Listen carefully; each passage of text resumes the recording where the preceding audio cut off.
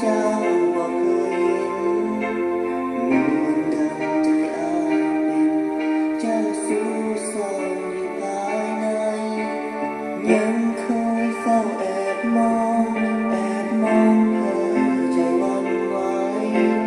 เหมือนดังดวงฤทัยจุดไฟไว้อยู่ในตัวพอ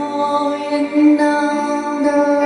นไปกับสายเหมือนหัวใจสลายเห็นสายเดินคู่กับน้องใจมัวแต่คิดเฝ้าหมา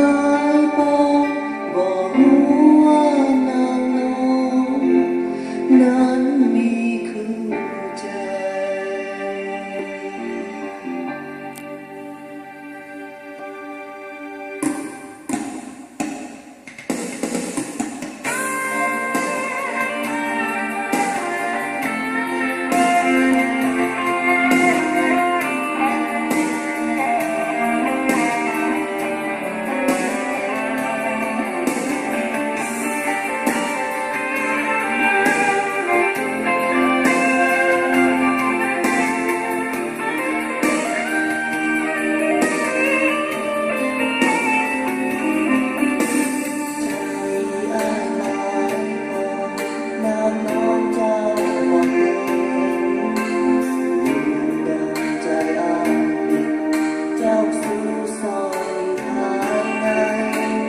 ยังคอยเฝ้าแอบมองเธอ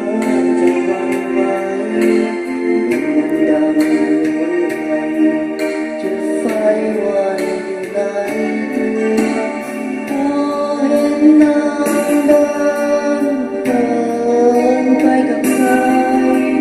เหมือนหัวใจสลายเห็นสายเดินคู่กับเขาใจมัวแต่คิดเฝ้าหมายปองบอกว่านางน้อง